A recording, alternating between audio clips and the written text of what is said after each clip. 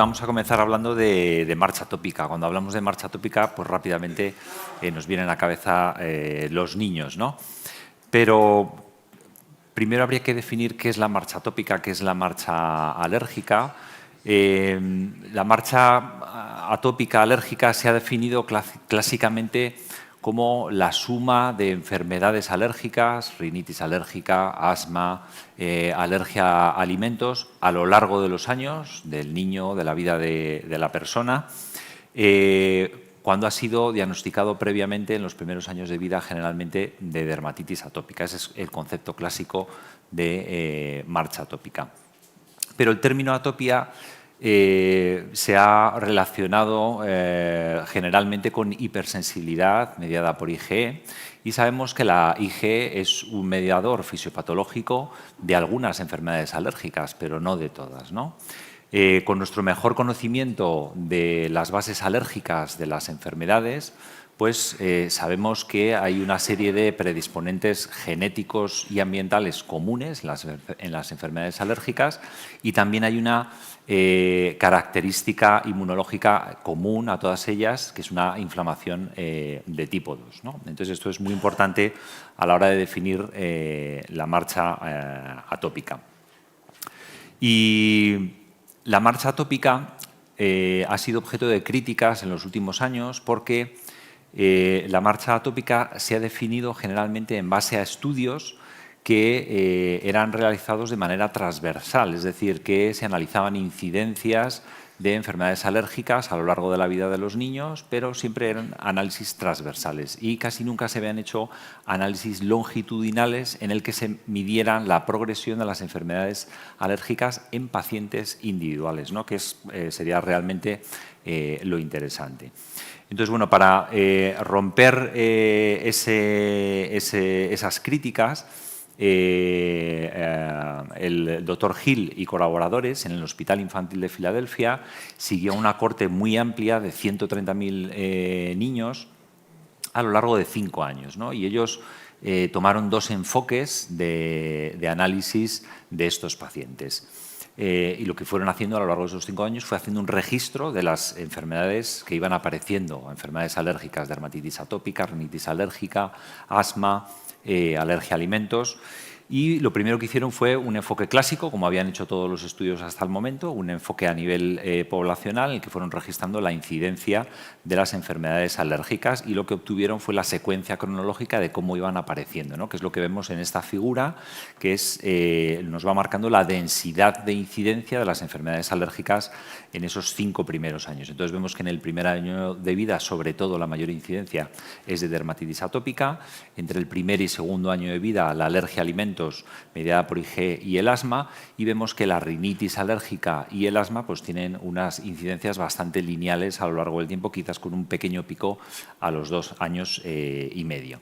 Entonces, este sería el enfoque tradicional, ¿no? Pero para poder establecer realmente si evitar ese posible sesgo al hacer un análisis transversal y garantizar que los resultados de esa marcha atópica realmente nos reflejen la varianza natural de la evolución de las enfermedades alérgicas en pacientes individuales, este grupo hizo un análisis pues a nivel individual, un enfoque individual, y fue haciendo un análisis retrospectivo de los patrones longitudinales de adquisición de la enfermedad.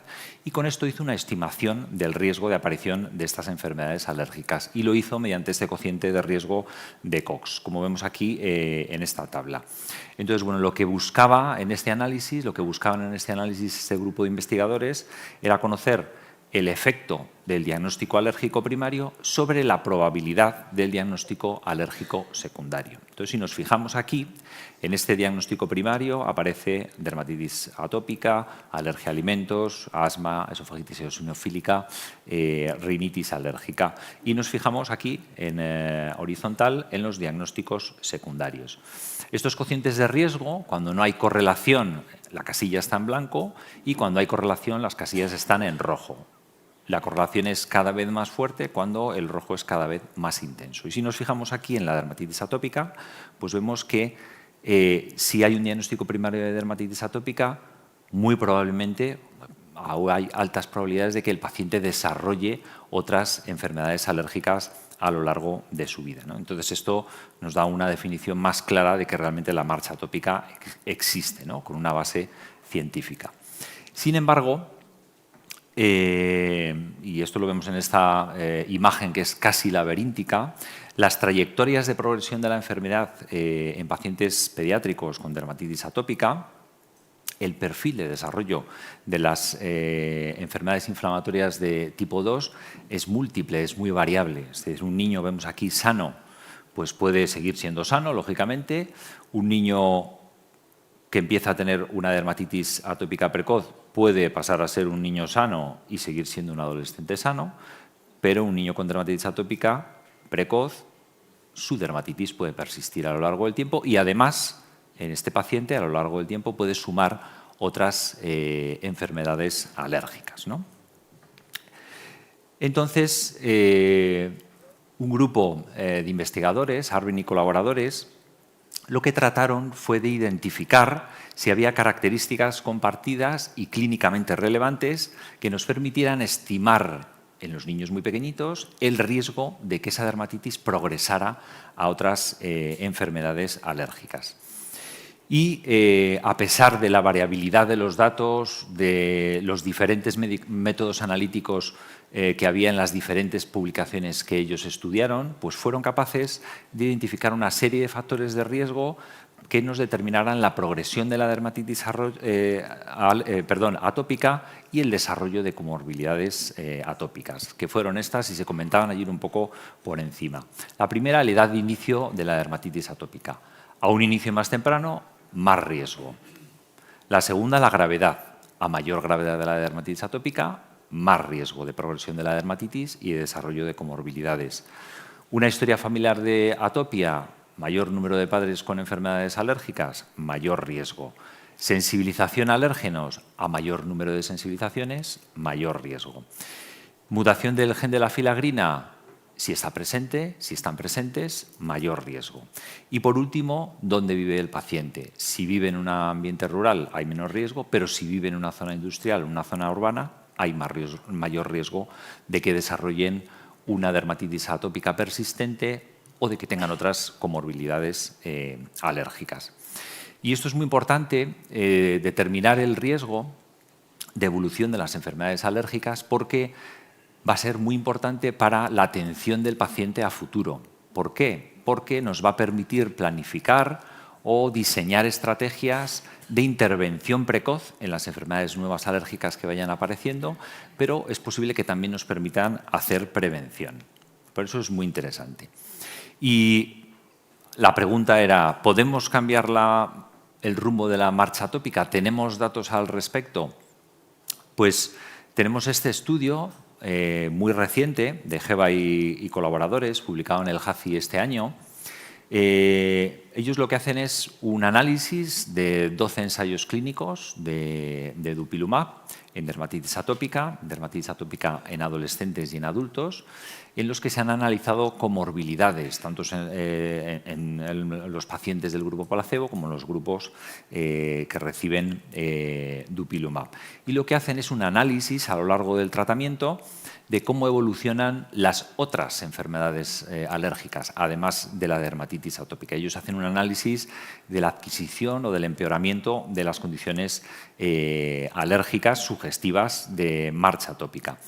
¿Y qué es lo que encuentran? Lo podemos ver aquí un poco en el resultado del metaanálisis, pero de manera muy resumida lo que nos viene a decir es que el tratamiento con dupilumab reduce los eventos nuevos de alergia y el empeoramiento de los existentes en comparación con placebo en un 34%. Y si a esto le añadimos la IgE, los descensos en IgE, pues este beneficio aparente aumenta hasta el 54%. ¿Y quién obtiene mejor respuesta? Pues los más jóvenes, los que han empezado el tratamiento a una edad más temprana, los que tenían el diagnóstico de dermatitis atópica más temprano y aquellos pacientes que tenían asma también, y podemos ver aquí el dato del asma. Estos beneficios, además, no se revertían en aquellos pacientes que habían suspendido dupilumab, pero es verdad que este estudio se hizo a 5 semividas de dupilumab del fin del estudio, ¿no? Es decir, que necesitamos datos a más largo plazo y eso luego habrá posibilidad de discutirlo en la mesa sobre qué ocurre tras la suspensión. Y hay, ya por último, un dato muy interesante que nos habla de que en sus conclusiones en la discusión pues probablemente necesitemos de biomarcadores que nos determinen o nos permitan identificar a aquellos pacientes que se van a beneficiar más en términos de dermatitis atópica con los tratamientos biológicos, pero también de la evolución o del desarrollo de esas enfermedades alérgicas.